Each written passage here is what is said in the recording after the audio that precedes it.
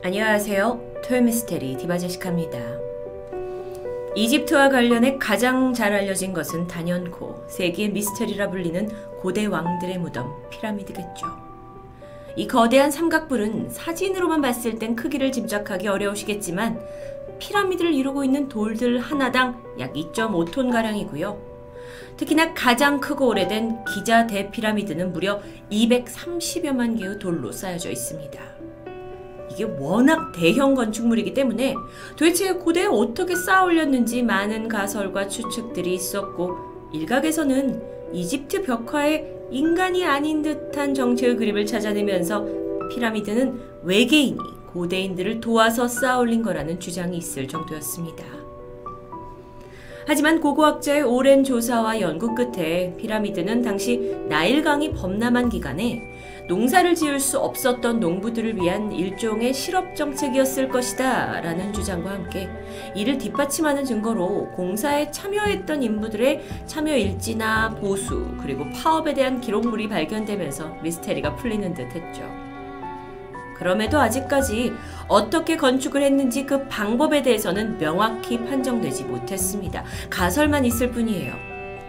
전 세계인들에게 정말 최고의 미스테리이자 관광지인 피라미드는 이상하게도 파면 팔수록 새로운 사실들이 계속 발견되고 있다는 점. 먼저 그 하나의 예로 과거 쿠푸왕의 피라미드에서 왕의 묘실이 발견된 적이 있었습니다. 그런데 놀랍게도 왕의 시신이 있어야 할 석관이 텅 비어 있었고요. 왕의 미라와 함께 묻혔던 보물 또한 없어진 상태였죠. 없어진 건지 원래 없던 건지, 그렇다면 이 방은 왜 존재하는 건지.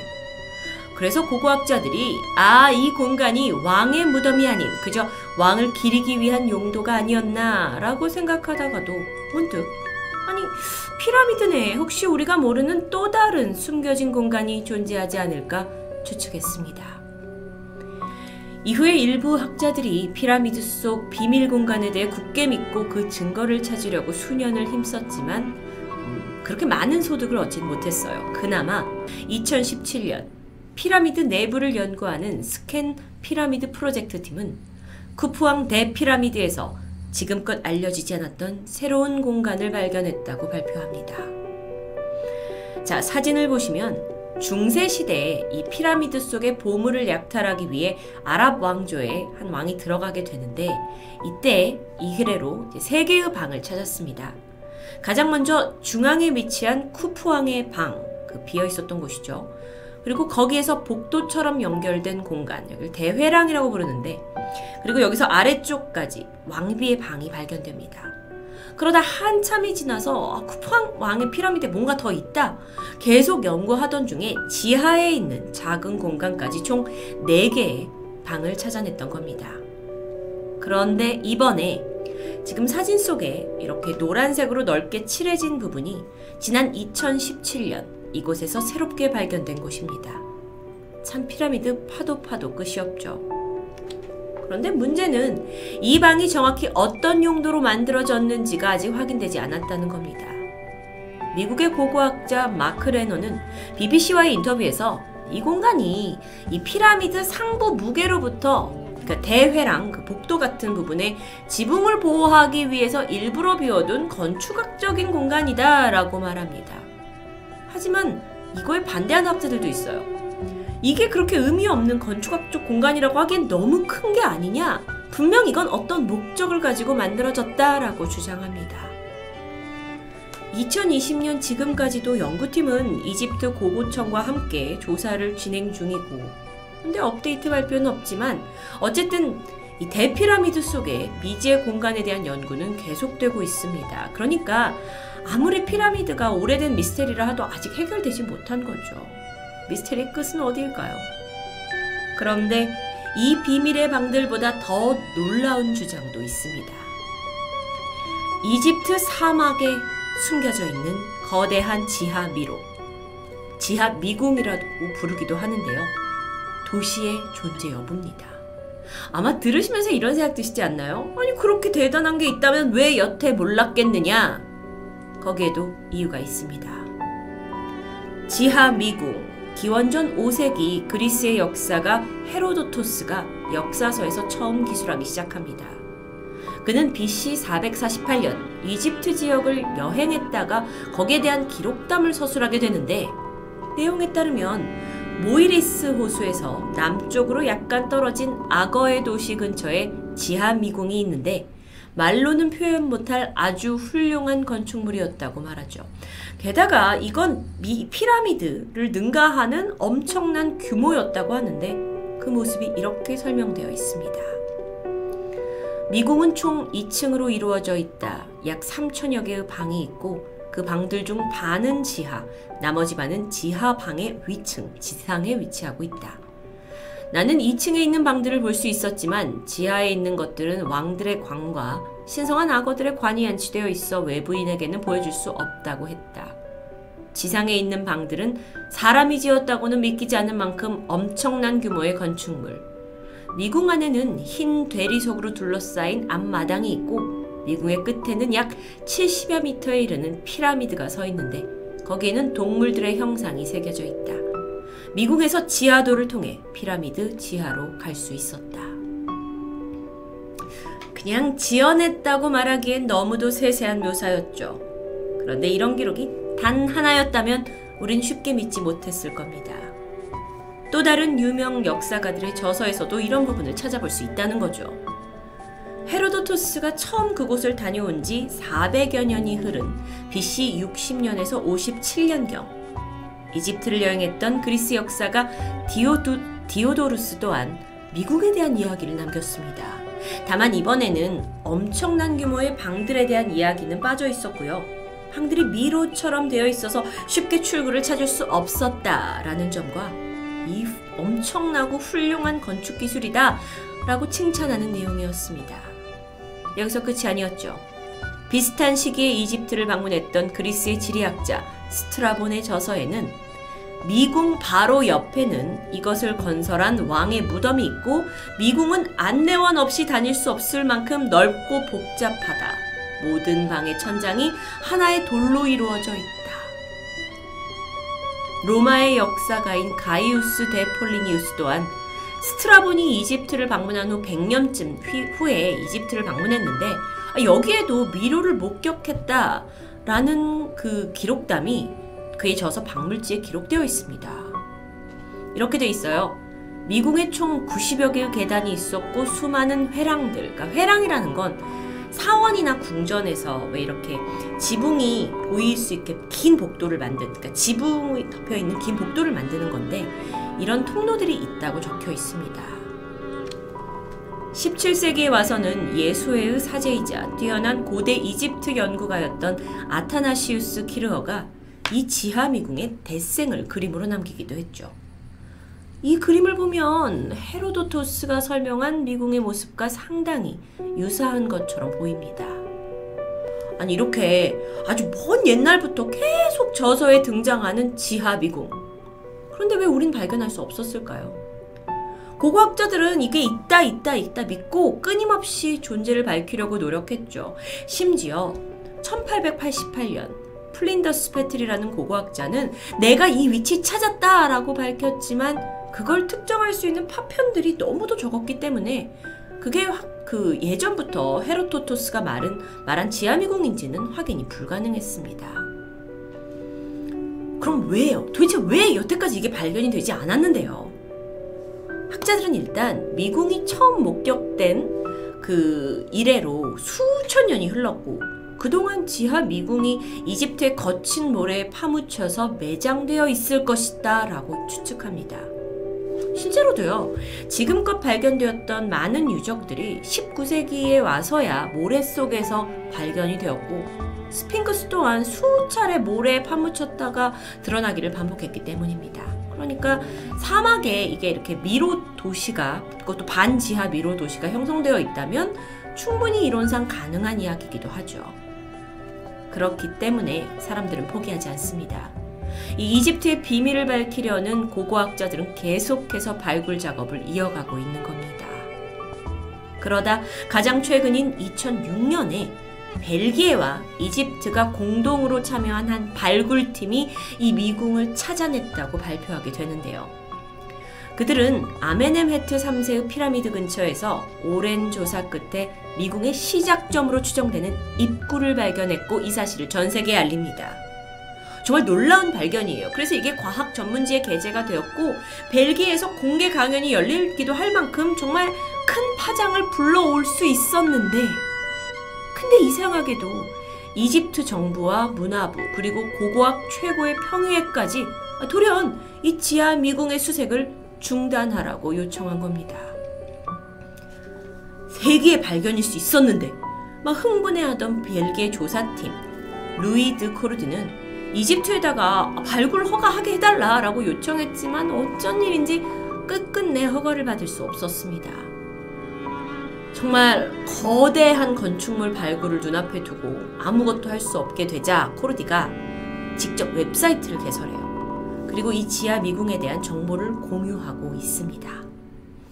그래서 이걸 통해서 사람들에게 이제 알려진 거죠. 지하 미궁이 있을 수 있다라는 사실이요.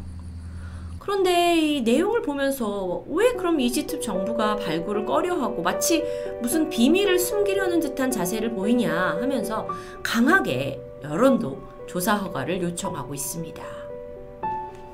그 이유를 한번 생각해보면 학자들은 과거 이집트 정부가 발굴과 조사를 하면서 수많은 시행착오가 있었는데 이걸 줄이기 위해서 좀 신중한 자세를 취하는 게 아니냐라고 이야기합니다. 뿐만 아니라 이 거대한 건축물이 진짜 존재한다면 오랜 시간 모래 속에 파묻혀 있었기 때문에 섣부르게 작업을 할 경우에 뭔가 실수가 있다든지 어떤 발생할 수 있는 상황에 대비하는 거라고 이야기하기도 하죠. 좀 안일한 자세라고 생각되기도 합니다. 현재는 이 미궁이 위치한 곳으로 추정되는 근처 지역이 모아리스 이제 호수 강인데 여기는 대부분 말라 없어진 상태예요. 그리고 하와라라고 불리는 아멘엠헤트 3세의 피라미드만 덩그러니 남아 있습니다. 이곳 어딘가에 여전히 지하 속에 파묻혀 있을 미궁, 그 웅장한 모습, 그리고 한때의 기세, 어쩌면 우리가 발견해 주길 기다리고 있지 않을까요? 이집트 정부의 허가가 떨어져야만 가능한 발굴입니다. 그들은 늑장을 부리고 있지만 저 같은 사람은 한시라도 빨리 이집트의 지하 미궁을 눈으로 보게 될 날을 기다리고 있습니다. 토요미스테리 디바제시카였습니다.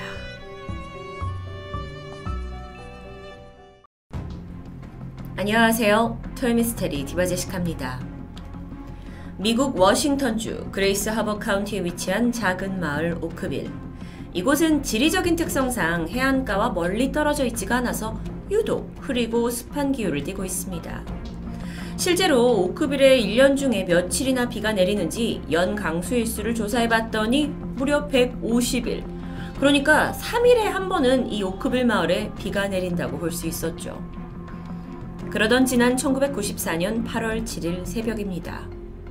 그날도 오크빌 하늘이 무거운 회색으로 뒤덮이더니 이내 빗방울이 뚝뚝 떨어집니다.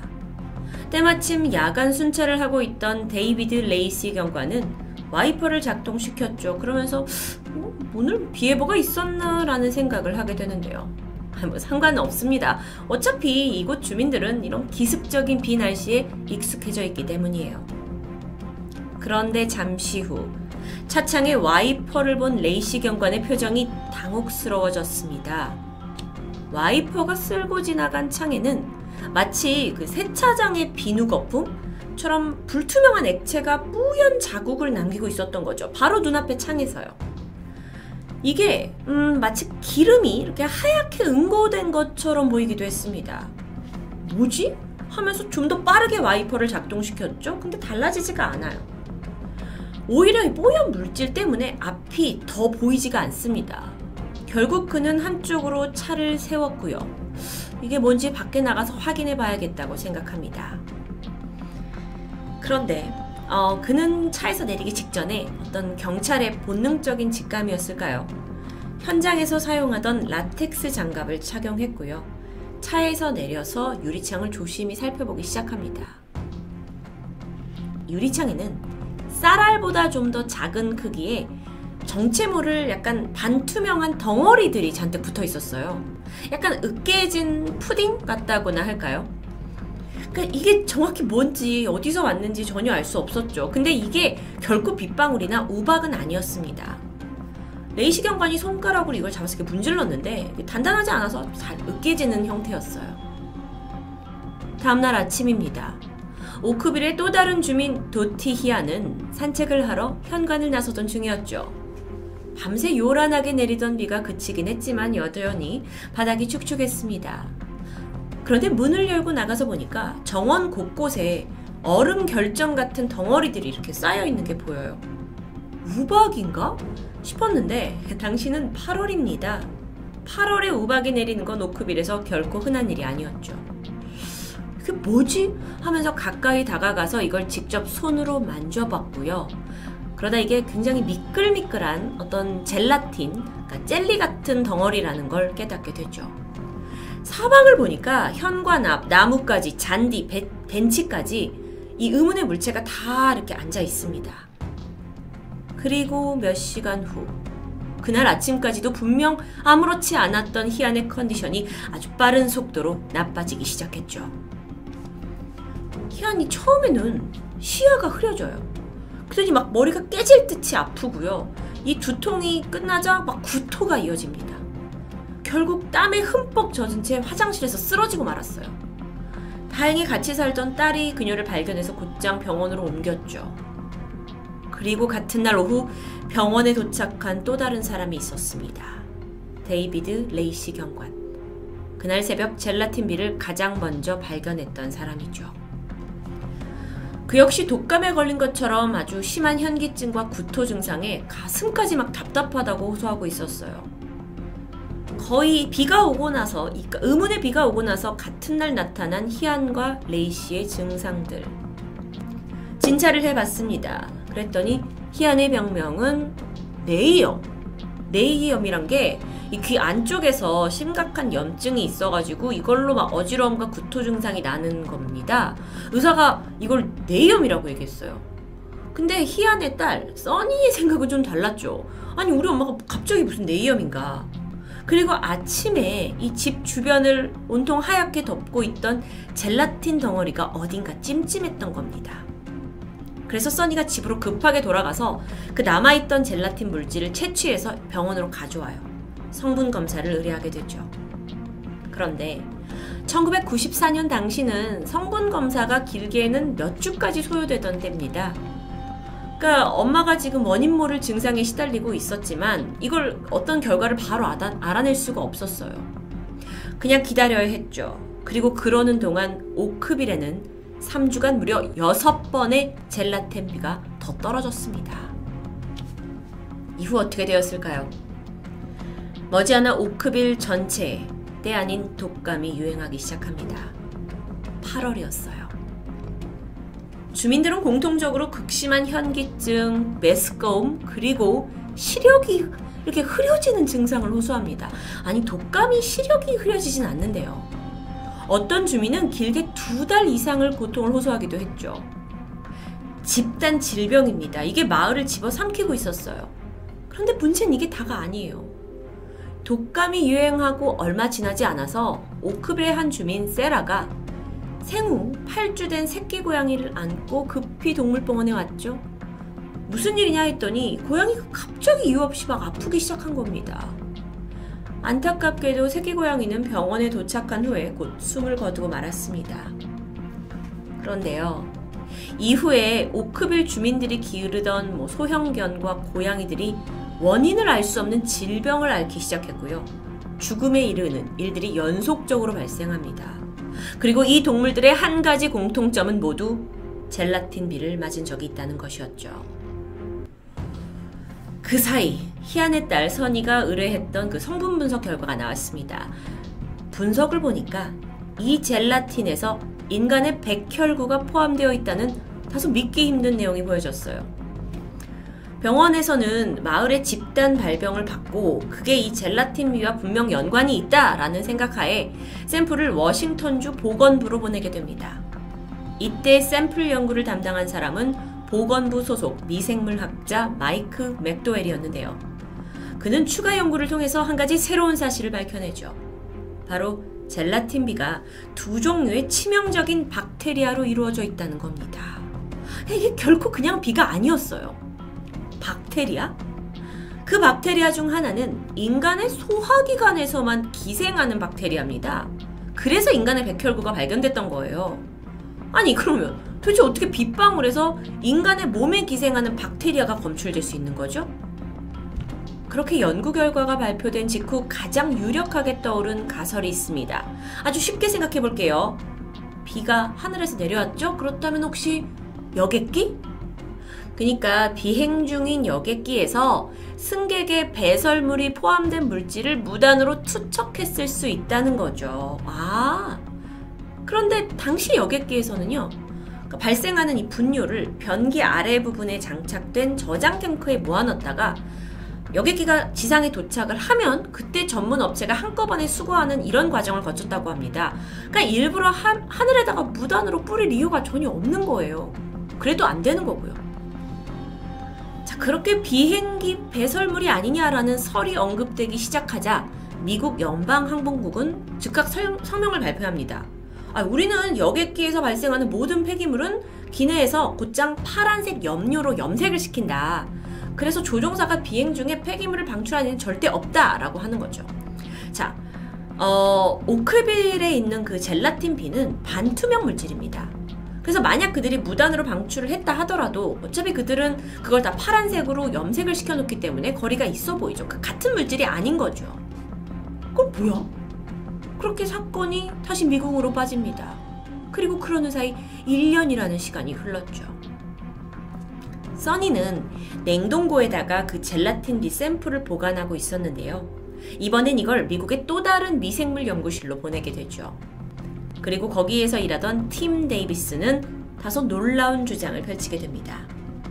바로 이 젤라틴 비가 살아있는 생명체로 만들어졌다는 주장이었어요. 그는 이 젤라틴에서 생물세포를 발견했다고 하는데, 그렇게 생각해보면 이게 반투명이에요. 젤라틴처럼 미끌미끌해요. 점액질이에요. 그런 생물이 있나? 있어요. 바로 해파리입니다.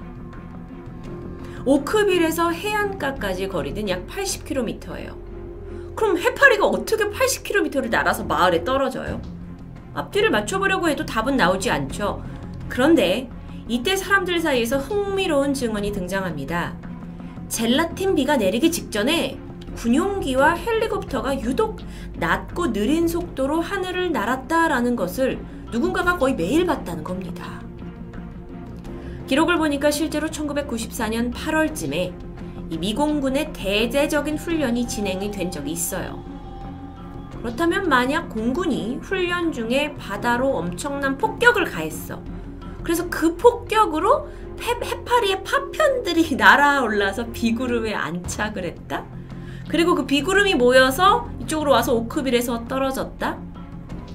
물론 이게 완전히 말이 안 되는 가설은 아닙니다. 왜냐면 전 세계 곳곳에서는 하늘에서 물이 아닌 또 다른 생물체가 내렸던 기록이 존재하기 때문이죠. 2010년 2월 호주 북부의 라자마누에서는 수백 마리의 물고기가 하늘에서 떨어지는 사건이 발생했습니다. 2011년 6월 일본의 이시카와 현의 한 마을에서는 지붕과 도로 곳곳에 올챙이들이 떨어져 있기도 했고요. 심지어 삼국사기에는 서기 373년 우리나라 서울의 한복판에도 물고기비가 내렸다는 기록이 남아 있습니다. 고대 이런 현상이 일어나면 이건 신의 분노라고 여겼겠지만 오늘날 가장 유력한 원인으로 꼽히는 것은 바로 토네이도. 그러니까 엄청난 토네이도가 바다나 호수, 강가에서 막 일어나가지고 생물들을 빨아들인 거예요. 그런 다음에 얘가 옮겨지면서 육지 쪽에 이거를 뿌리게 되는 거죠. 그렇다면 오크빌에서 바다가 멀지 않으니까 이 바다에서 공군 훈련이 있었는데 이게 공군 훈련으로 인해서 토네이도 어떤 걸 형성을 해가지고 해파리를 해서 해파리. 자, 여러분, 그런데 이 젤라틴비가 해파리라고 가정을 한다면 얘가 땅에 떨어졌어요. 그리고 시간이 지나면 생물체이기 때문에 부패가 일어납니다. 그러면 고약한 냄새가 나는 게 당연하겠죠. 하지만 젤라틴 B는 시간이 지나도 그저 무색 무취의 물질이었던 겁니다. 또 조금만 생각해보면 왜 해파리 B가 인간에게 치명적인 박테리아를 포함하고 있었을까요? 비를 맞았던 사람들은 질병에 걸렸고 동물까지 죽게 했습니다. 해파리라고 생각할 수 없었죠. 주민들은 이제 결코 이 죽음의 비가 단순한 자연현상이 아니라고 믿기 시작합니다. 그렇다면 뭐였을까? 오크빌 주민들이 자신들이 생체 실험에 이용된 게 아닌가라고 생각했는데요. 그러니까 미국 정부가 비가 자주 내리는 오크빌을 상대로 해서 생물학적 무기 실험을 했다는 주장입니다. 비가 내리기 직전에 유독 여기서 막 군용기가 자주 목격됐고, 실제로 지난 1957년과 58년 미 육군 화학단은요, LAC라는 이름하에 그 비행기로 아연과 카드뮴 같은 화학물질을 뿌리고 그 영향을 관찰하는 비인류적인 실험을 한 적도 있었습니다. 이게 나중엔 엄청난 비난을 받긴 했죠. 이것만이 아닙니다. 1970년대까지 하와이, 테네시, 뉴저지 중에서 비슷한 생화학 무기 테스트가 있었어요. 다 공중에서 지상으로 화학물질을 뿌리는 거였죠. 그렇다면 정부가 은밀하게 박테리아 무기를 개발했고 그 영향을 관찰하기 위해서 고의적으로 비가 많이 오는 오크빌에다 그것을 뿌렸다? 또는 어떤 실수로 물질이 유출된 것은 아닌가? 이게 만약 사실이라면 미 공군이 인정을 하지 않을 수도 있고요. 인정을 한다 하면 이건 대규모 지탄과 함께 소송에 휘말릴 아주 엄청난 일입니다. 그럼 공군은 어떻게 반응할까요? 주민들이 답을 찾고자 공군한테 계속 공문을 넣었죠. 설명을 해달라. 하지만 그들은 주민들이 제기하는 모든 조사를 거부합니다. 그리고 이제 더 이상 젤라틴 B 샘플조차 존재하지 않아요. 워싱턴주 보건부에서 가장 먼저 이 젤라틴 B를 연구했던 미생물학자 마이클 맥도웰은 은퇴를 한 후에야 이런 인터뷰를 남겼는데요. 내가 다시 그 젤라틴 샘플을 조사하려고 했을 때 샘플은 사라지고 없었다. 내 상사에게 무슨 일이냐 라고 물었지만 그의 대답은 하나. 묻지 마. 나는 그 물질이 어떤 목적으로 누군가가 제조한 거고 오크빌이 그 시험장으로 선택되었다고 믿는다. 1994년 미국의 작은 마을에 내려진 죽음의 빗방울. 어디에서 왔는지 어떻게 만들어졌는지 결국 이 미스테리는 해결되지 않은 채 남아 있습니다. 그런데 정말 너무도 진실을 알고 싶은데요. 그것은 과연 80km를 여행한 해파리였을까요? 혹은 우리가 손쉽게 의심하는 그 외계에서 온 새로운 물질일까요? 아니면 그것보다 더 비밀스럽고 끔찍한 인간의 이기심이 만들어낸 독성 물질일까요? 이럴 땐 차라리 외계에서 온 물질이었으면 좋겠습니다. 더 이상의 인간의 악한 본성에 실망하고 싶지 않으니까요. 토요미스테리 디바제시카였습니다. 안녕하세요. 토요미스테리 디바제시카입니다. 지난 2019년 9월 27일 중국 최대 규모의 인터넷 매체 바이두 사이트에 정말 모두의 시선을 사로잡는 장문의 기사가 올라옵니다. 내용이 가히 충격적이었는데요. 지난 2011년부터 약 8년 동안 중국 우한에서 32명의 대학생이 잇따라 실종됐다는 주장이었죠. 기사에는 대학생들의 이름과 나이, 실종 날짜와 당시의 상황과 가족 연락처까지 아주 상세한 내용들이 기재되어 있습니다. 집단 실종이라는 기사를 접한 중국 네티즌들은 반응이 뜨거웠는데요. 기사는 SNS를 통해서 빠르게 퍼졌고 결국 외신에까지 이 사실이 알려집니다. 그야말로 전 세계가 우한 대학생 연쇄 실종 사건에 주목할 수밖에 없었죠. 그런데 바로 다음 날 최초로 다뤘던 이 기사가 바이두 페이지에서 흔적도 없이 사라지고 맙니다. 의문을 품게 된 네티즌들이 관영 매체에 기사가 삭제된 이유를 알려달라라고 민원을 보내게 되는데, 참고로 관영 매체란 건 중국 정부가 직접 운영하고 있는 언론사를 의미합니다. 중국은 다른 나라에 비해 언론 통제가 심한 편이라서 대부분의 대형 언론사들은 관영 매체에 속해 있는 실정이죠. 이후 대표적인 그 매체인 신화망에서 다음과 같은 답변을 내놓는데요.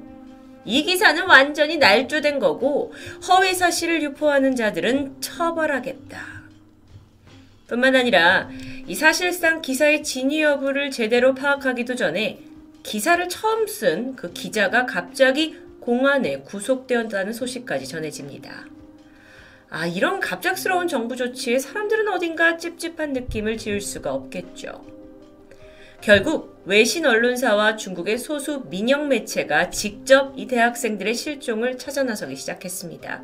그리고 그들은 드디어 취재를 시작했는데 가족들을 만나요.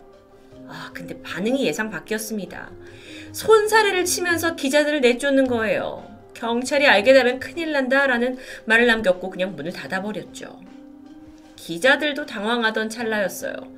다행히 한 실종자의 아버지가 은밀히 취재에 응하기로 결정합니다.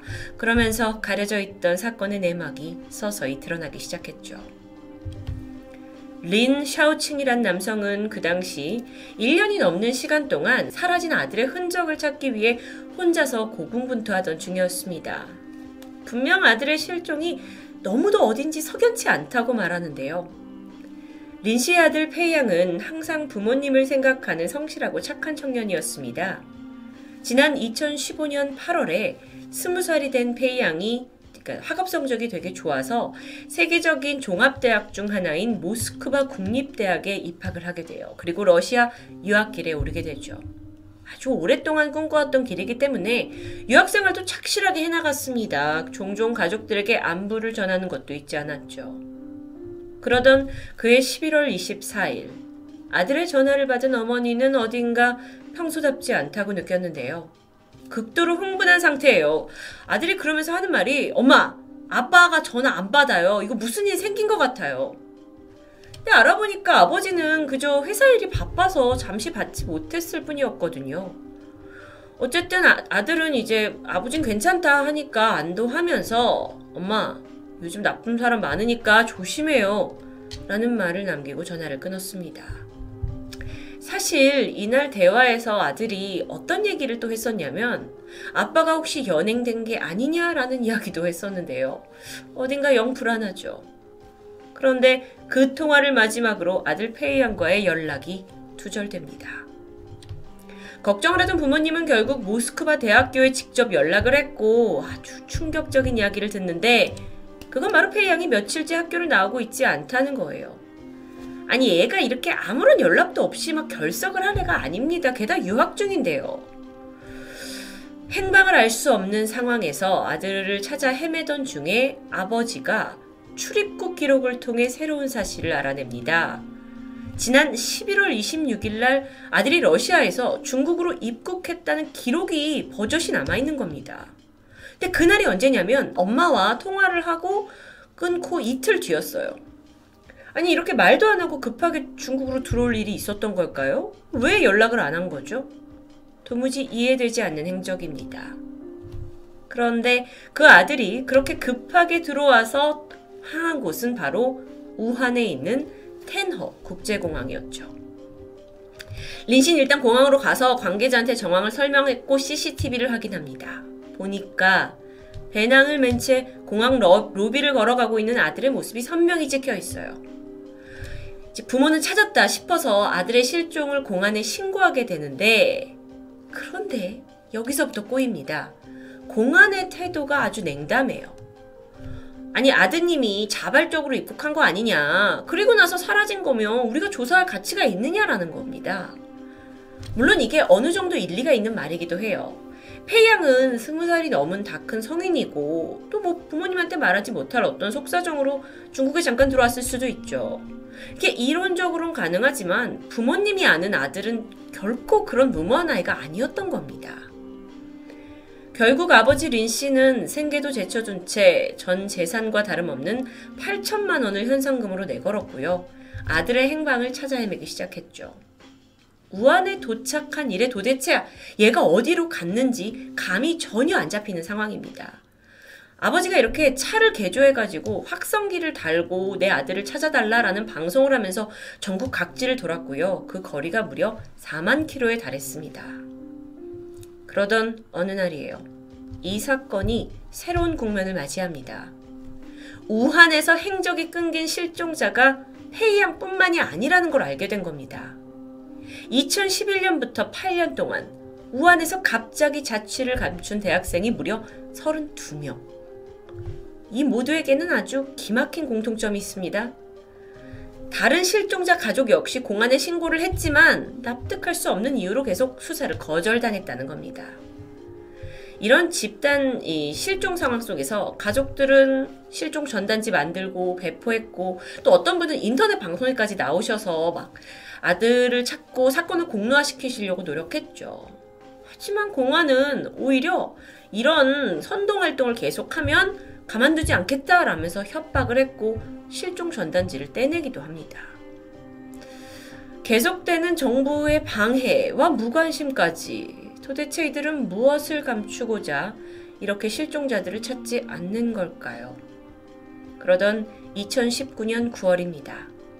이 사건이 심상치 않다고 여긴 한 기자가 바이두 페이지에 기사를 게재하게 된 거죠. 기사를 잘 보면 실종자 가족들이 정말 중국에 체류하는 외국인의 자전거를 찾는 거에도 이보다 적극적이지 않을 수 없다. 근데 왜 같은 민족이 실종됐는데 방관을 하냐 하면서 울분을 토합니다. 기사는 얼마 후 바로 삭제당했죠. 그런데 파급력에는 불을 지폈습니다. 이 사건은 정말 이상하다라고 느낀 네티즌 중 한 명이 왜 우한의 대학생은 증발했는가라는 제목으로 칼럼을 게시하기 시작했어요. 그러면서 막 사람들이 보고 공감을 했죠. 하지만 이것조차 국가의 혼란을 야기하는 글이라는 이유로 삭제 조치 당합니다. 이게 단순 실종 사건이 아니라는 직감이 좀 오는데요. 자, 그러면 실종자들에 대해서 좀 더 알아볼게요. 우선 그들에게는 모두 우한에서 행적이 끊겼다는 것 외에도 공통점은 있습니다.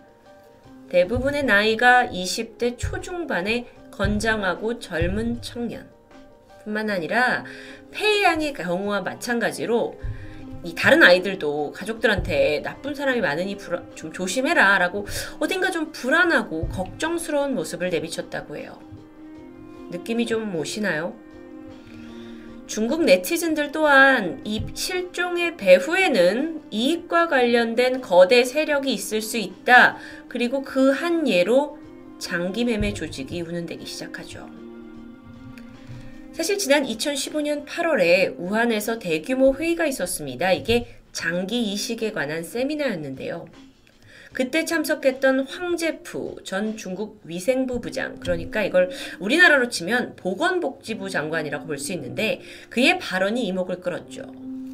우한의 기여가 없었더라면 오늘날 중국의 장기 이식은 없었을 것이다. 그가 한 말인데요. 이걸 해석해보면 우한에서 다량의 인체 장기를 공급하고 있다라고 해석할 수도 있습니다. 실제로 2000년 이후에 중국에서 장기 이식을 하는 건수가 급증해요. 문제는 중국 정부가 이 장기들을 어디서 가지고 왔는지 그 출처를 전혀 밝히고 있지 않다는 겁니다. 그러다 보니 혹시 불법적으로 적출하는 게 아니냐라는 의심을 받고 있는데요. 그리고 그 중에서도 중국 내에서도 장기 이식 수술이 가장 활발하게 이루어지는 지역은 우한으로 알려져 있습니다. 지난 2017년에 중국의 한 민영신문 기자가 환자로 위장을 해서 우한에 있는 쉐허병원에서 심장 이식 수술을 문의하게 됩니다. 이 쉐허병원이라는 게 다른 곳에도 다 베이징에도 있긴 한데 우한의 쉐허병원이 3년 연속 중국에서 심장 이식 수술을 가장 많이 시행한 곳으로 이름이 나 있던 곳이에요. 담당자가 우리는 1년에 한 200건 정도의 심장 이식 수술을 한다. 수술비? 그건 한 30만 위안? 하나로 5,200만 원부터 시작이 된다고 합니다. 그리고 많게는 억 단위까지 넘어가죠.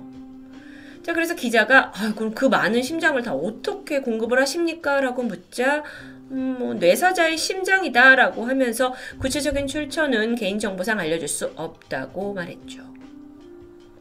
이 병원에 대한 최근 기사를 찾아봤습니다. 그랬더니 작년 2020년 6월에 일본에 살던 중국 여성이 급하게 헬기로 이송이 돼서 우한 쉐허병원으로 가요. 그리고 심장 이식 수술을 받았죠. 그걸 사실 대대적인 홍보를 했어요. 그녀가 이제 입원을 10일 동안 했는데 10일 동안 그녀에게 딱 맞는 장기, 그러니까 심장을 우리가 3개나 구했었다라는 내용입니다. 근데 이게요, 이렇게 짧은 시간 동안 사람한테 맞는 장기를 찾는다는 게 정상적인 시스템 안에서는 거의 불가능한 일이라고 하거든요. 중국이야 워낙 한국에서 장기 이식 원정을 떠날 만큼 유명한 곳이고 또 파룬군 수련자 그리고 위구르인을 납치해서 강제로 장기 적출한 것에 국제적인 비난을 받고 있기도 하기 때문에 상당히 의심되고 있는 상황입니다.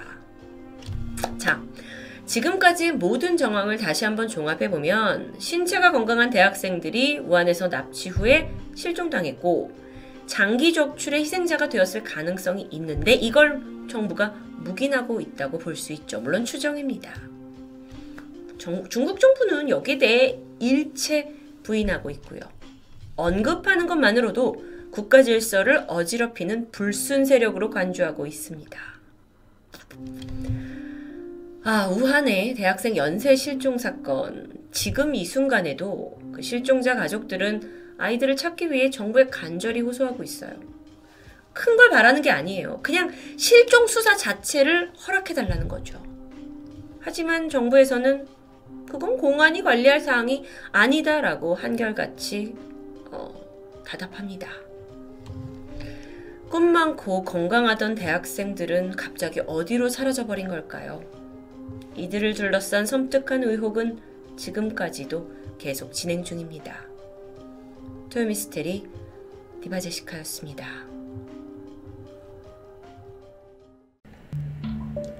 안녕하세요. 토요미스테리 디바제시카입니다. 미국에서 시작이 되었지만 이젠 전 세계인이 즐기는 축제 할로윈데이. 이날이 되면 사람들은 자신이 될 수 없는 인물로 분장을 한 채 거리를 누비고 있습니다. 그리고 사건이 발생한 그날도 할로윈이었죠. 2001년 10월 31일 미국 펜실베니아 주립대학에 재학 중이던 한인 유학생 신디 송. 그녀는 친구 스테이시 그리고 리사와 함께 파티를 즐기기 위해 학교 근처 플레이어스 나이트클럽을 방문하게 되는데요. 그동안 신디는 졸업 전시회 준비에다가 동시에 식당 아르바이트를 2개나 병행하고 있어서 좀처럼 즐거운 시간을 보낼 기회가 없었습니다. 그렇기 때문에 그날 할로윈데이는 잠시나마 일탈을 즐길 수 있는 절호의 찬스였죠. 그날 신디의 코스튬 컨셉은 바니걸이었습니다. 앞면에 토끼가 새겨진 분홍색 민소매 셔츠에다가 하얀색 테니스 스커트 그리고 무릎까지 오는 갈색 스웨이드 부츠를 매치했는데요. 머리에는 토끼 귀 모양의 머리띠를 썼고 엉덩이 쪽엔 꼬리 장식을 붙였습니다. 평소 귀여운 걸 아주 좋아하던 그녀의 취향과 딱 어울리는 코스튬이었죠. 그렇게 신디는 새벽 2시까지 클럽에서 파티를 즐긴 이후에 다시 친구의 아파트로 자리를 옮겨서 흥겨운 시간을 이어갑니다. 그러던 새벽 4시, 신디를 태운 자동차가 웨스트 클리턴 애비뉴에 있는 한 아파트 앞에 멈춰 섰습니다. 여긴 신디와 룸메이트가 함께 지내는 집 앞이었죠. 그 당시에 신디는 살짝 취한 상태이긴 했는데요. 친구들은 일단 그녀를 집 앞에 내려주고는 곧 아파트를 떠났습니다. 어두운 새벽이 끝나고 날이 밝은 후에 신디의 룸메이트가 집에 돌아왔습니다. 그녀는 본가 집에 갔다가 다녀오던 참이었는데요. 집 안에는 아무도 없었지만 대수롭지 않게 여겼습니다. 현관은 평소처럼 잘 잠겨 있었고 집에 누군가 침입했다는 흔적을 전혀 감지하지 못했기 때문이에요. 룸메이트 생각엔 신디가 전날 늦게까지 파티를 하고 다른 친구 집에서 자고 온다고 짐작합니다. 하지만 그로부터 3일 내내 신디에겐 아무런 연락이 없습니다. 신디와 함께 파티를 즐겼던 친구들 역시 수업에도 나오지 않고 연락도 되지 않아서 점차 걱정을 하기 시작했는데요. 3일이나요. 사실 2000년 초반 당시에는 지금처럼 메신저가 활발하지 않던 시기였고 하루 이틀 친구와 연락이 닿지 않는 것을 대수롭지 않게 여기던 때입니다. 그렇게 신디의 실종은 3일 후인 11월 4일에서야 경찰에 접수됩니다. 한국 이름은 송현정, 실종 당시 나이는 21살입니다. 서울에서 태어나고 자란 그녀는 15살 때 삼촌이 살고 있던 미국 버지니아주 스프링필드로 홀로 유학길에 오르게 되는데요. 이후 삼촌 집에서 거주를 하면서 고등학교 잘 졸업했고 대학에 가서는 컴퓨터 엔지니어링 그리고 커뮤니케이션이 융합된 통합예술학을 전공합니다. 신디는 평소에 외향적이고 쾌활한 성격이었어요. 그래서 언제나 주변에 친구가 많았죠. 취미로 테니스와 수영을 즐길 정도로 아주 에너지가 넘치기도 했습니다. 그날 마지막으로 그녀를 목격한 친구들에 따르면 할로윈 파티에서 신디는 누구보다 즐거워 보였고 그러다 보니 아무 말도 없이 혼자 사라질 성격은 아니라고 말합니다. 그렇다면 그녀는 어디에 있는 걸까요? 경찰은 가장 먼저 신디의 아파트 내부를 수색하게 되는데 거기서 그녀의 행적을 추적할 만한 증거가 발견됩니다. 바로 욕실 세면대에 놓여있던 인조 속눈썹. 전날 파티에서 사용했던 거죠.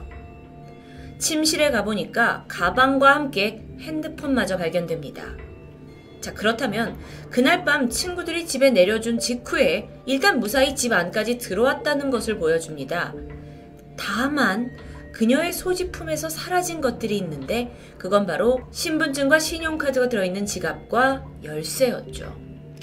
경찰은 집에 돌아온 그녀가 갑자기 무언가를 사기 위해서 간단히 짐을 챙겨서 편의점에 24시간 편의점에 갔을 거라고 추측합니다. 실제로 평소에도 신디는 집에서 약 6분 정도 걸어서 걸리는 편의점에 종종 들르곤 했어요. 그래서 경찰이 이 상점의 CCTV를 살피러 갔는데 안타깝게도 이미 그녀가 사라진 지 3, 4일이라는 시간이 지나버렸고 그 사이 영상 기록은 지워져 있었습니다. 그렇다면 신용카드 기록이라도 뭔가 남아있지 않을까요? 그렇게 생각했지만 이상하게도 11월 1일 밤 이후 신디의 신용카드 기록은 전혀 남아있지 않습니다. 타지에서 딸의 실종에 절망하던 가족들, 마침 실종 불과 한 달 전에 함께 살고 있던 남자친구와 이별을 겪었다라는 점을 지적합니다. 혹시 그 남자친구와의 이별로 인해서 어떤 우울과 슬픔을 견디다 못해 자발적으로 어디론가 떠난 건 아닐까요? 하지만 여기에 대해 신디의 친구들은 즉각적으로 반박했죠. 물론 그 이별 때문에 감정적으로 동요가 됐지만 자신이 직접 적극적으로 약물 치료까지 받으면서 이별을 이겨내려 했다는 겁니다. 게다가 추가적으로 신디의 방에서 며칠 후에 열리는 브리트니 스피어스 콘서트 티켓, 그다가 이제 새롭게 구매한 컴퓨터 영수증이 발견되는데요. 적어도 이 증거품들로 봐서 그녀가 뭔가 기대하던 일들이 있었고 스스로 사라질 이유가 없다는 것을 보여주고 있죠. 이후에 지역 자원봉사자들까지 나서서 아파트 근처 숲을 샅샅이 수색했지만 아무런 흔적이 없습니다. 그때는 GPS 추적 기술이 지금처럼 뛰어나지 않았고요. 메일을 제외하고는 한 사람의 흔적을 확인할 만한 SNS가 전혀 존재하지 않았죠. 그러던 중 경찰이 새로운 가설을 제시합니다. 바로 그녀의 실종이 불법 약물, 즉 마약과 연관되었을 수도 있다는 거예요. 신디 집에서 발견된 다이어리를 보니까 신디와 친구들이 마리화나 그리고 엑시터시를 사용했다고 적혀 있습니다. 분명 의심점이 보였지만 반대로 친구들에 따르면 그건 수업 과정에서 사용된 실험 재료에 불과했다고 설명하는데요. 결국 이 약물에 관련해서는 그녀가 적어놓은 그 일기장을 제외하고는 약물을 사용했다는 그 어떤 증거도 없었기 때문에 관련성은 배제됩니다. 정말 답답할 정도로 아무런 단서가 없었던 신디 송 실종 사건. 수사 책임자는 신디가 이 아파트를 떠나거나 혹은 차를 타는 모습을 목격한 사람이 단 한 명도 없다 하면서 어려움을 하소연했죠. 그런데 얼마 후 경찰에 한 통의 제보 전화가 걸려옵니다. 필라델피아에 거주하는 한 여성이에요. 그런데 신디로 보이는 어떤 여자가 차이나타운에서 한 남자에 의해 강제로 차에 태워졌고 그때 비명을 지르고 있다라는 걸 기억해낸 겁니다. 자, 일단 이 필라델피아 차이나타운이라는 건 신디의 아파트로부터 거의 300km 이상 떨어진 먼 곳입니다. 그 당시 목격자는 막 이제 실랑이가 있다 보니까 그들한테 다가가서 무슨 일이냐라고 물어봤다고는 하는데요. 남자가 화를 내면서 방해하지 말고 가라! 라고 해서 자리를 떴다고 합니다. 어쩌면 의미가 있을 수 있는 유일한 목격일 수도 있는데 또 문제가 발생합니다. 이 목격자의 진술이 여러 번 바뀌는 거예요. 그러면서 이 제보가 정말 진실인지 점차 신빙성을 잃게 되죠. 그래도 수사팀은 이 여성이 목격했다고 주장하는 그 남자의 신원을 알아내기 위해서 몽타주까지 제작합니다. 하지만 끝끝내 연관성을 찾아낼 수 없었죠. 그렇게 한인 유학생 신디송 실종 사건은 하염없이 시간만 흘렀습니다. 그로부터 2년 뒤인 2003년 한 정보원이 신디의 행방의 단서가 될 만한 정보를 경찰에 제공하게 되는데요. 그는 내가 이 신디송 사건의 범인을 안다 라고 말하면서 지목한 범인은 휴고 셀렌스키였습니다. 휴고, 그는 이미 15살 때부터 크고 작은 범죄들로 경찰서를 들락날락거린 전적이 있었고요. 심지어 은행 무장강도 전적까지 있는 강력범이라고 할 수 있어요. 그런데 정보원이 지목한 이 용의자는 휴고 한 명만이 아닙니다. 또 다른 공범의 이름은 마이클 커코스키. 약사 출신의 마이클은 불법 약물 조직을 운영했던 전과가 있는 사람이었죠. 정보원의 이야기를 조금 더 들어보겠습니다. 사건 당일 새벽에 이 두 사람이 신디가 사는 아파트 근처를 거닐다가 마침 코스튬 의상을 입은 채 길을 걷고 있는 신디를 마주치게 됩니다. 순간 두 남자는 그녀를 매춘부로 착각하게 되죠. 그리고 강제로 휴고네 집으로 데려간 뒤 그녀를 감금해서 사망에 이르게 했다고 진술하는데요. 경찰은 이 정보원이 상당히 믿을만하다고 판단했고 즉시 이 둘을 수배합니다. 그리고 신디의 아파트에서 2시간 정도 떨어진 곳에서 휴고의 거주지를 찾아내죠. 집에 도착해서 신디의 흔적을 찾으려고 필사적으로 수색을 하던 경찰이 경악할 만한 걸 발견합니다. 뒤지다가 발견된 마당에 묻혀있던 무려 5구의 불탄 시신. 이제부터 이야기가 살짝 복잡해집니다. 경찰이 놀래서 이 휴고의 집에서 나온 5개의 시신을 감식해봤는데 이 중 하나는 이 공범으로 지목된 마이클 커코스키의 시신이었고요. 또 다른 한 구는 그 마이클의 여자친구 태미의 시신이었습니다. 그러니까 휴고가 평소 알고 지내던 이 둘을 살해했다라고 시나리오가 써지는데 신디 사건의 용의자였던 마이클이 사망한 상황이 되죠. 그러면서 수사가 좀 더 복잡해지기 시작해요. 잠깐 다시 휴고의 집으로 돌아가 보면 추가 수색이 벌어졌고 총 이 집에서 발견된 시신이 12구입니다. 끔찍한 연쇄살인마의 비밀이 밝혀지게 된 거죠. 아니 그런데 문제는 이 모든 시신 중에 신디의 시신이 어디에도 없다는 거예요. 자, 이렇게 미국에 빠지는 동안에 잠깐 애초에 경찰이 범인을 안다고 정보를 줬다는 그 사람, 그 정보원은 도대체 누구였을까요? 그의 이름은 폴 위스키입니다. 그 역시 살인사건으로 복역하고 있던 중범죄자 중 한 명이었죠. 사실 그는 이 신디 사건을 제보하기 전에 이미 경찰에 다른 5건의 범죄 정보를 제공했고 이게 다 사실인 게 드러나면서 경찰로서는 꽤 그를 믿고 있었는데요. 그는 야 내가 휴고네 집에 가봤더니 마이클이 시신으로 발견됐다 라는 것도 사실 이미 알고 있었는데 태연하게 진술했습니다. 그래서 어찌 된 일인지 좀 더 들어보니 이제 신디 송이 휴고의 집에서 사망합니다. 그런데 이때 마이클이 그녀의 토끼 머리띠를 기념품으로 챙기게 되는데 이 사실을 알게 된 휴고가 격분을 해서 마이클을 살해했다는 것이었죠. 왜 살해했냐? 휴고는 이 살인에 대한 어떤 증거도 남기고 싶지 않았는데 마이클이 그걸 어겼다는 겁니다. 자, 그렇다면 결론적으로 신디송 살인사건에 대한 책임은 살아있는 휴고에게 물어야겠죠. 근데 반전이 발생합니다.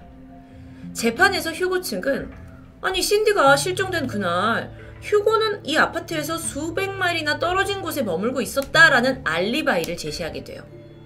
그리고 무엇보다 그래서 얘가 신디를 죽였다면 신디의 시신은 어딨냐? 발견되지 않았죠. 결국 그는 살인 혐의를 벗게 됩니다. 참고로 일부 기록에 따르면 휴고가 신디의 살해 혐의를 인정했다고는 하지만 사실 그는 자기하고 이미 무관한 범죄도 내가 했어요 라고 주장했던 전적이 있었습니다. 그래서 사실 연쇄 살인마들은 범죄를 뭔가 자신의 업적으로 생각해서 과장하는 경향이 있었기 때문에 이 부분은 이제 무시가 된 거죠. 자, 그렇다면 이후의 사건의 화살은 정보원이었던 폴 위스키를 향합니다. 결정적으로 휴고가 마이클을 살해한 동기가 그 신디 머리띠 때문이 아니라 마이클이 숨겨둔 6만 달러 돈 때문이란 사실이 밝혀져요. 그리고 그 과정에서 폴은 놀라운 사실을 자백하게 되죠. 사실 그날 휴고를 도와서 마이클을 죽이는 데 가담한 사람이 바로 자신이라는 겁니다. 자, 그렇다면 우리가 이쯤에서 이 폴이란 사람의 정보를 과연 믿을 수 있을까요? 그의 말엔 신빙성이 있을까요? 경찰은 폴의 컴퓨터를 추적하던 중 그가 신디에 대한 수많은 기사들을 검색한 흔적을 발견했어요.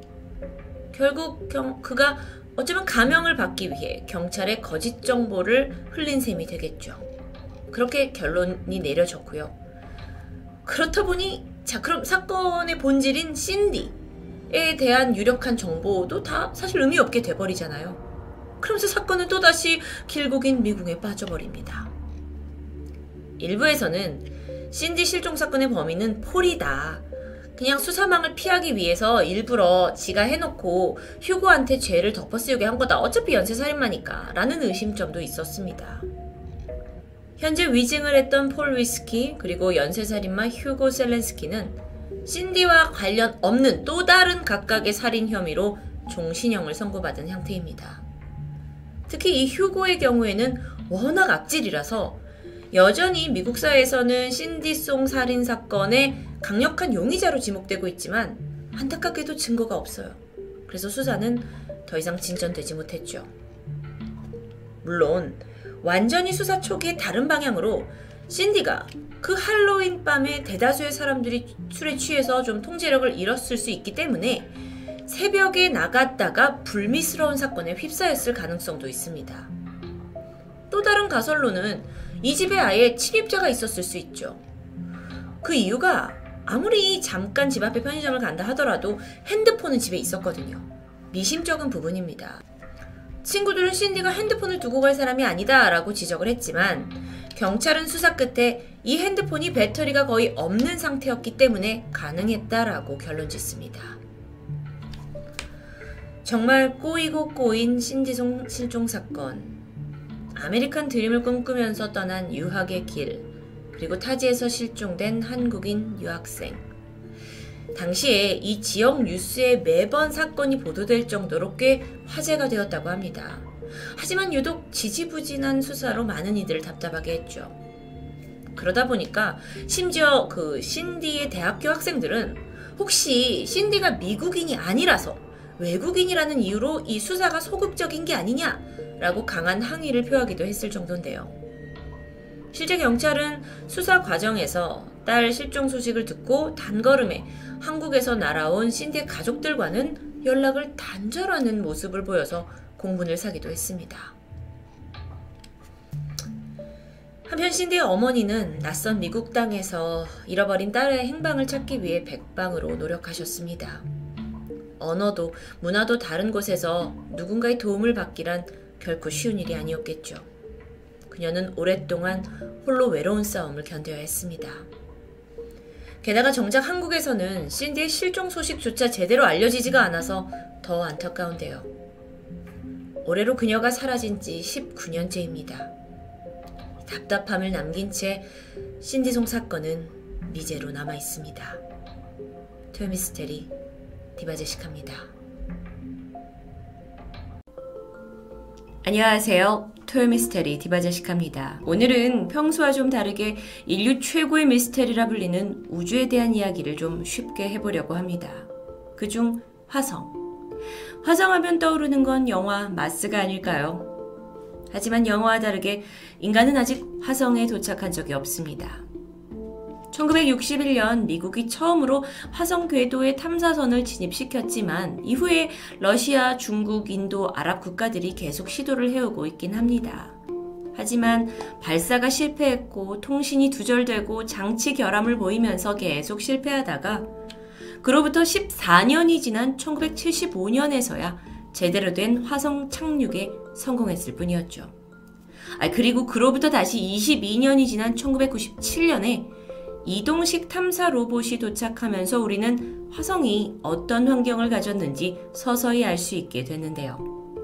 이만큼 화성은 우리에게서 너무도 먼 존재입니다. 그런데 2020년 5월 30일, 얼마 전이죠. 미국 플로리다주에서 엄청난 발사음이 터졌고 트럼프 대통령이 믿을 수 없다면서 박수를 치고 있었습니다. 반신반의하던 사람들도 인류 역사에 기록될 날을 축하하고 있었는데요. 이날은 미 항공우주국 나사가 아닌 민간 항공기업 스페이스X가 최초로 사람 2명을 실어서 띄어올린 유인 우주선 발사가 성공한 날입니다. 여러분, 이 최첨단 우주 연구를 담당한다는 나사조차도 사람을 태워서 우주로 보낸 게 9년 만이었어요. 사실 지난 2003년에 우주에서 임무를 마치고 돌아오던 컬럼비아호가 폭발을 했고 많은 이들이 지켜보는 가운데 이 승무원 7명이 모두 사망하게 되는 참사가 벌어졌죠. 그러면서 나사는 개발을 주춤하고 있었던 겁니다. 그런데 미국의 민간 기업이 사람을 우주로 보냈다? 이게 어떤 의미를 갖는 걸까요? 2008년 이래 민간 기업 스페이스X는 나사조차 돈 너무 많이 들고 위험하기 때문에 망설였던 우주 탐사에 과감하게 뛰어들었습니다. 그리고 그들도 수년간 성공과 실패를 반복했죠. 약 50번 정도 로켓 발사를 해왔습니다. 그런데 이들의 최종 목표는 단순히 우주에 가는 게 아닙니다. 스페이스X는 우주여행, 화성으로 가는 길을 열어서 관광객을 연결시키고 궁극적으로는 지구에 있는 사람들이 화성으로 이주할 수 있게 만들겠다는 포부를 가지고 있는데요. 이게 과연 가능한 이야기일까요?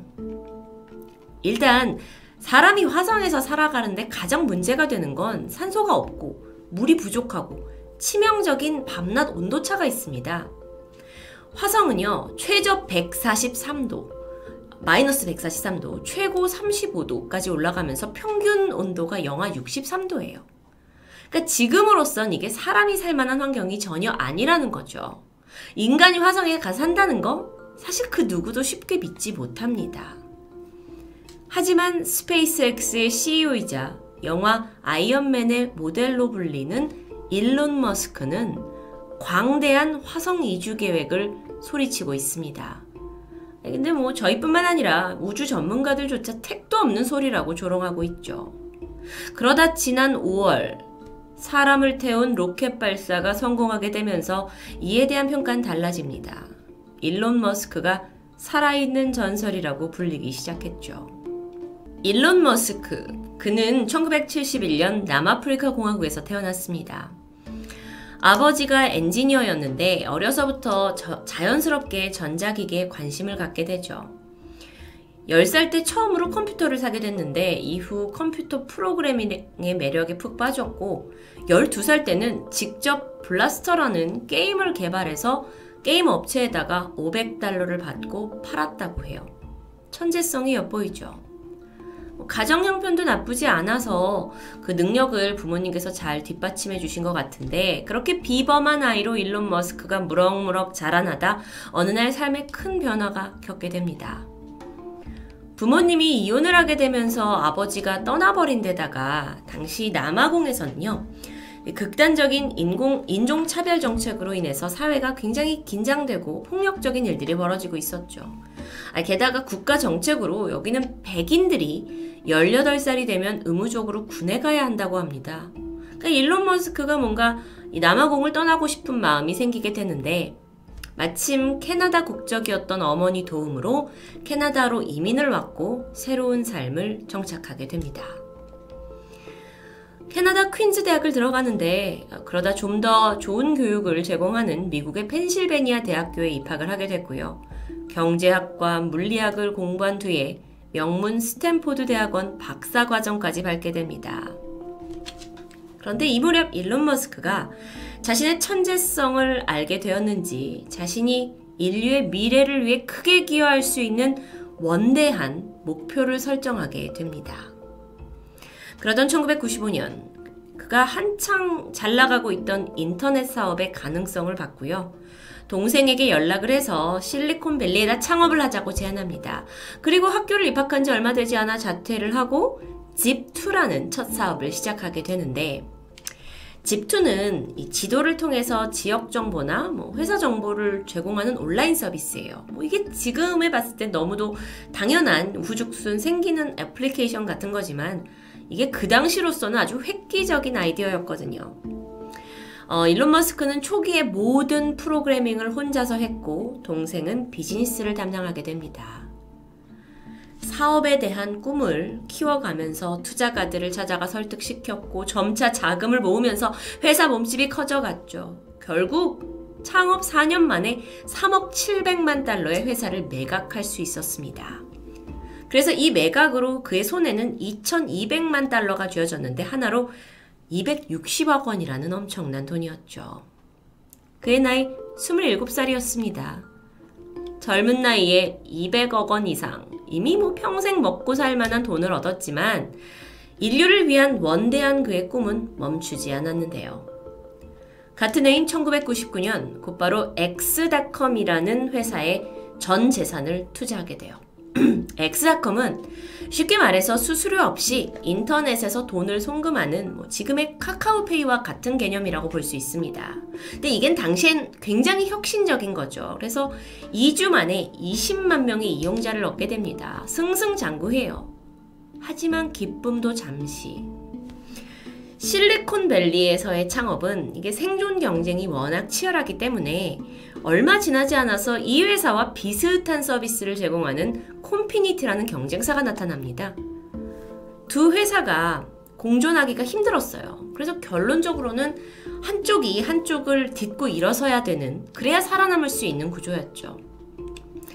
그러다가 이제 광고비를 가지고 둘이 경쟁을 하게 되는데 일론 머스크가 생각을 하죠. 이건 결코 생산적이지 않다. 이대로라면 둘 다 망한다. 라는 것을 감지했고 얼마 후에 두 회사 합병을 제안해서 성사시킵니다. 그런데 이게 잘 맞지 않았어요. 작업 방식이나 스타일, 이제 회사 문화까지 너무도 달랐기 때문에 직원들의 불만이 쌓였고요.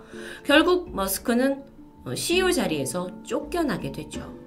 그리고 나서 회사 이름은 새롭게 변하는데 그 회사가 바로 페이팔입니다.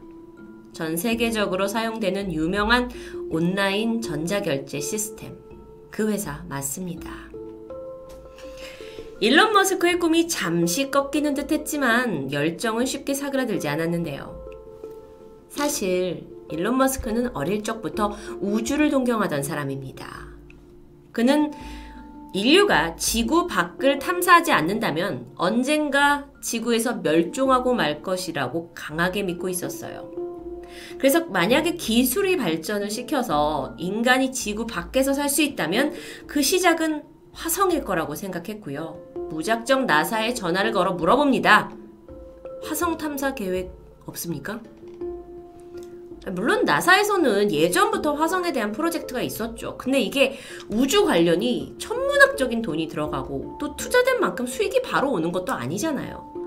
그렇기에 이건 그러니까 나사처럼 국가 단위가 아니면 쉽게 뛰어들 수 없는 사업입니다. 나사도 두려워하고 있었어요. 이런 사실을 알게 된 일론 머스크가 그때부터 우주공학에 뛰어듭니다. 앞서 제가 언급했다시피 경제학, 물리학, 프로그래밍에 통달한 사람이었죠. 근데 우주라는 건 정말 새로운 분야였습니다. 그는 인간이 화성으로 이주할 수 있고 화성에 도시를 건설할 수 있다라는 꿈으로 공부를 해가던 중 결정적인 문제에 봉착합니다. 일단 이 로켓의 가격이 너무 비싸요. 로켓을 한 번 발사하는데도 수백억이 들어갑니다. 근데 그마저도 실패하면 그냥 그 돈이 공중에 뿌려지는 거나 마찬가지였어요. 그래서 이때 만약 로켓에 쏘는 비용을 절약할 수 있다면 이란 아이디어에 매달렸고 결국 지금까지도 재사용이 가능한 로켓 개발에 투자를 하게 되는데 그렇게 그는 2002년 스페이스X라는 회사의 CEO가 됩니다. 가지고 있던 그 페이팔의 지분을 매각을 했고 그때 받은 돈 1억 달러, 약 1200억 정도를 스페이스X에 투자한 것으로 알려졌어요. 돈의 액수가 어마어마하죠. 그리고 아무리 과거에 2번이나 그 성공적인 역사적인 기업을 만들었다 하더라도 이번 우주 관련 사업만큼은 좀 터무니없었기 때문에 사람들은 회의적이었고 조롱하기까지 했습니다. 화성 탐사 비전 있는 미래 사업이죠. 하지만 일론 머스크 너 죽고 네 아들의 손자대가 되어서야 성과가 나올 텐데 이게 하늘에 거의 돈을 뿌리는 아주 의미 없는 사업처럼 보여지기 때문입니다. 그렇기에 일론 머스크는요. 몇 년 전까지만 해도 정신 나간 괴짜로 불리기도 했습니다. 사실 본인도 인터뷰를 통해서 그렇게 생각했다고 해요. 회사를 설립했을 때 이 프로젝트, 화성 이주 프로젝트가 성공할 확률에 대해서 10% 이상 점치기 힘들었다고 합니다.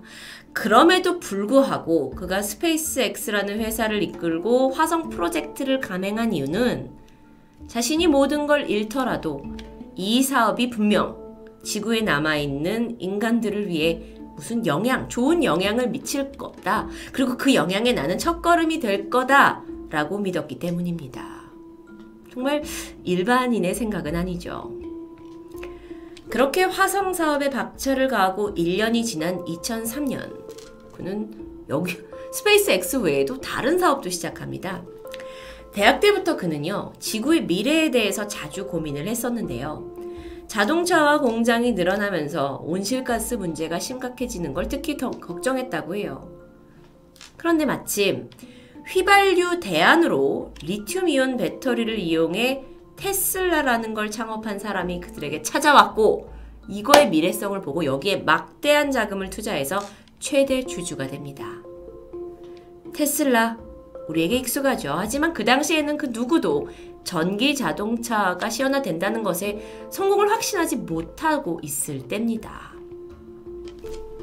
2008년 테슬라는 로드스터라는 첫 자동차를 세상에 공개를 했고 예약 주문을 받기 시작했는데 예약자 명단에는 레오나르도 디카프리오, 브래드 피트, 조지 클루니 같은 유명 인사들이 있었어요.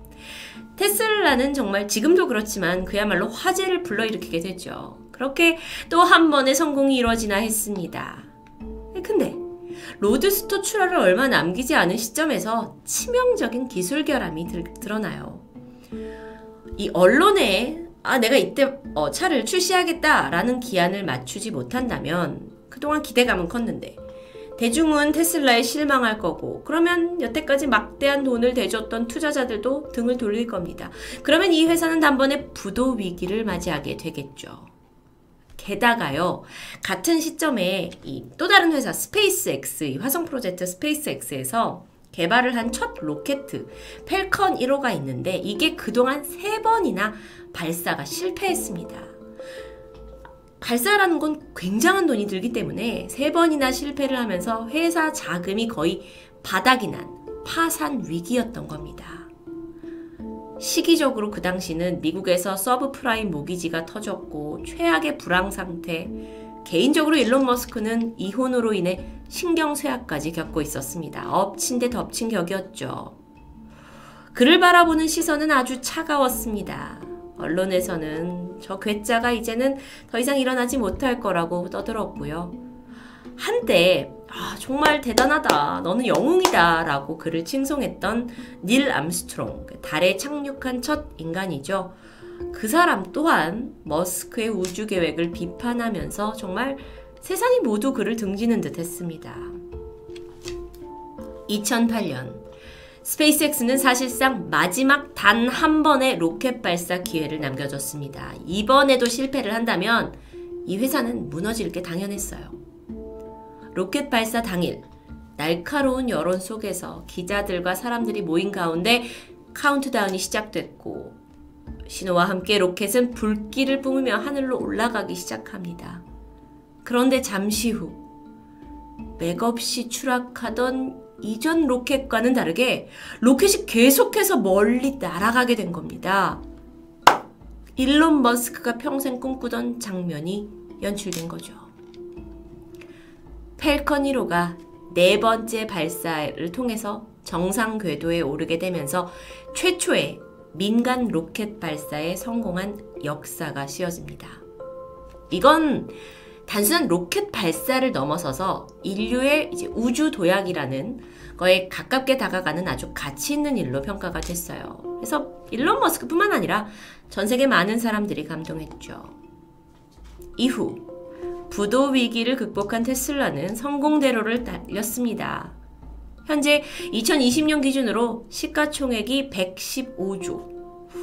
스페이스X는 2020년 인류 최초로 민간 항공 기업이 사람을 태운 우주선을 쏘아 올리는 기록을 경신하면서 정말 일론 머스크가 꿈꿨던 우주여행, 화성 이주의 시대가 다가오고 있음을 느끼게 했습니다. 자, 일론 머스크는요, 2024년이 되면 이제 민간 승객을 태워서 화성으로 여행을 떠날 수 있는 시대가 될 거라고 예고합니다. 그리고 50년, 그러니까 2050년 후에는 100만 명의 지구인들이 화성으로 이주해 살 수 있다라는 포부를 밝혀왔는데요. 자, 일론 머스크가 얼마나 대단한 사람인지는 제가 침이 마르도록 지금 말씀을 드렸지만, 아니 이동은 가능한다 쳐. 근데 화성이 온도나 환경에 있어서 우리가 살 수 있는 환경일까요? 이에 대해서 머스크가 내놓은 것들이 있습니다. 사진처럼 이렇게 투명한 돔 형태의 도시를 만들어서 그 안에 인간이 살 수 있는 환경을 조성한다는 거죠. 화성에 이 대기 중에 이산화탄소가 많은데 이걸 압축하는 방법, 토양에 작물을 재배하기 위해 질소를 공급하는 방법, 화성에 이제 얼음이 있는데 이 얼음으로부터 물을 만들어내는 장치 같은 걸 언급합니다. 실질적이긴 하죠. 또한 화성 극지방에 얼어붙은 이산화탄소에 핵을 떨어뜨려서 녹이자는 아이디어도 있었지만 현실화는 잘 모르겠습니다. 화성을 사람이 살 수 있는 도시로 만드는 구체적인 방법을 제시하는 건 어쩌면 우리가 일론 머스크와 스페이스X에게 걸고 있는 기대이기도 합니다. 사실 허풍쟁이 완전 미친 사업가처럼 느껴졌던 일론 머스크인데 지난 과거의 그의 성적들을 보면 내뱉은 말이 현실화되고 있었거든요. 그러니까 점점 그에 대한 평가가 긍정적이게 변하고 있습니다. 게다가 몇 달 전 그 로켓 발사가 성공을 하게 되면서 화성 여행 왠지 가능성 있게 들리죠. 좀 더 구체적인 발표도 있었습니다. 그러니까 지난 5월달 거 다음에는 7인승 로켓이 발사될 거고요. 그렇게 점차 여행객을 늘려간다고 하는데 2050년까지 지금 개발 중인 스타쉽 우주선 이거 1000대를 만들어가지고 한 번에 10만 명씩 화성으로 운송한다는 아주 구체적인 계획이 있었습니다. 저는 정말 이 얘기를 들으면서 어렸을 적 읽었던 무슨 공상과학 소설 같은, 그때 읽더라도 전혀 이건 실현이 가능할 것 같지 않은데 라는 생각이 드는데, 이게 일론 머스크가 계속 이야기를 해내고 성과를 내고 있다 보니까 저도 이게 갸우뚱하면서도 가능할 것 같다라는 어떤 설레임이 있었습니다. 하루의 여행 비용은 그럼 얼마나 들까요?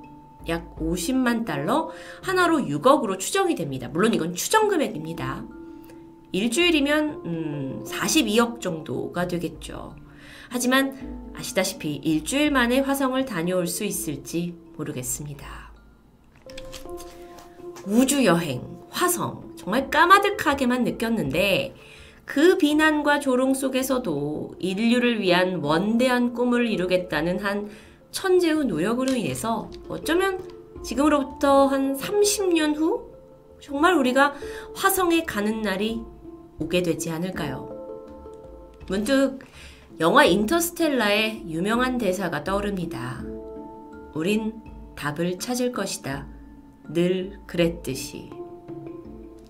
항상 미스테리 소재는 글쎄요, 이 지구에 한정이 되어 있었는데요. 오늘은 화성을 넘어서 화성으로 이주해서 그 도시에 살고 있는 우리의 모습을 미스테리하게 이야기해봤습니다. 토요미스테리 디바제시카입니다.